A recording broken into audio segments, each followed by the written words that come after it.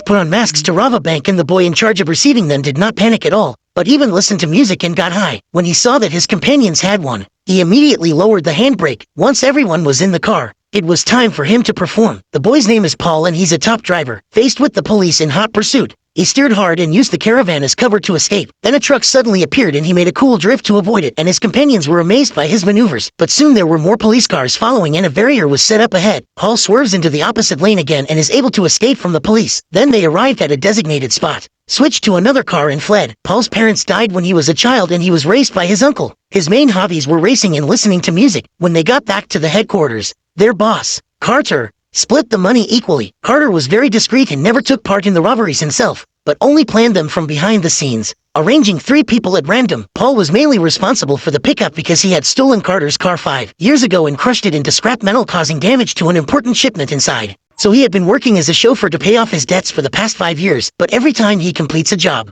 Carter gives him $10,000 as a reward. Now, with one more job, he can pay off all his debts. He hides the money under the floorboards of his house for future use. He also keeps a recording of every job he does, but he doesn't do it for evidence. He does it to make music for his own enjoyment. One day Paul was eating at a restaurant when he was struck by a beautiful waitress, Anna. After a conversation, he learned that they both had a passion for music. Paul's humor made Anna laugh and he felt in love. When he got back, he told his uncle the good news and suddenly the phone rang. The caller was Carter, who informed Paul that he was ready for his last job. Paul immediately returned to the headquarters. This time Carter changed the group of people tasked with the target is a money truck. Paul was listening to music and tapping his fingers on the table. David was upset because he didn't think Paul was listening to the plan and who would be responsible if something went wrong. But Paul repeated Carter's words in their entirety. It turned out he could read lips, so David had nothing to say. By late afternoon, the operation had officially begun. 3 robbers donned hoods and headed straight for the money truck in front of them. Paul was entertaining himself as usual. After the robbery, the robbers quickly got into their car. Everything was going well, but as soon as they pulled out,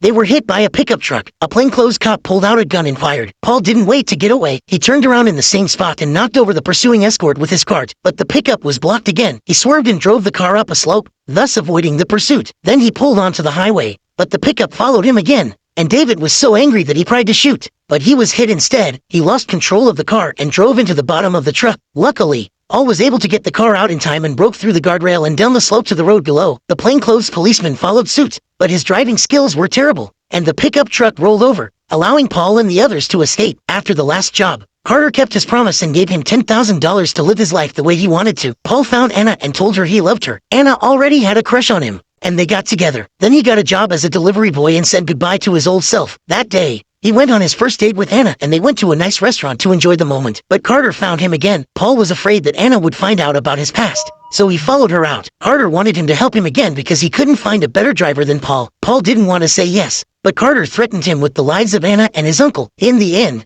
Paul had to give in. The next day Carter took him to the post office and told him the target was a post office money order and then arranged for him to go inside. Paul was a little nervous, but he memorized the location of the surveillance cameras and the number of guards. When he got back, he realized that there was a new group of robbers. This time it was Mr. and Mrs. Longhair and David. Carter laid out a detailed plan of action. That night, the group planned to go out for a bite to eat, and they went to the restaurant where Anna worked. Paul could only pretend that he didn't recognize the smart Anna and didn't say hello, but David saw something in the way they looked at each other. He drew his gun and was about to kill Anna, but Paul stopped him in time. But Paul was able to stop him. He saw that he had Anna's attention, so David gave up. The next day, the operation began. The 3 of them went in to rob the post office, and Paul waited outside. A woman came to work at the post office. He shook his head and told her not to go in. The woman ran away, but he just turned his head and they called the police. After robbing the post office, the robber raised his hand and killed the policeman at the door. Paul was furious at David's brutality. Several people urged him to leave quickly. He accelerated into the truck in front of him. David was pierced by a steel bar, killing him instantly. Furious, Longhair asked him what he wanted, but by then the police had arrived and a fierce exchange of gunfire ensued, and Paul took advantage of the situation to escape. During the fight,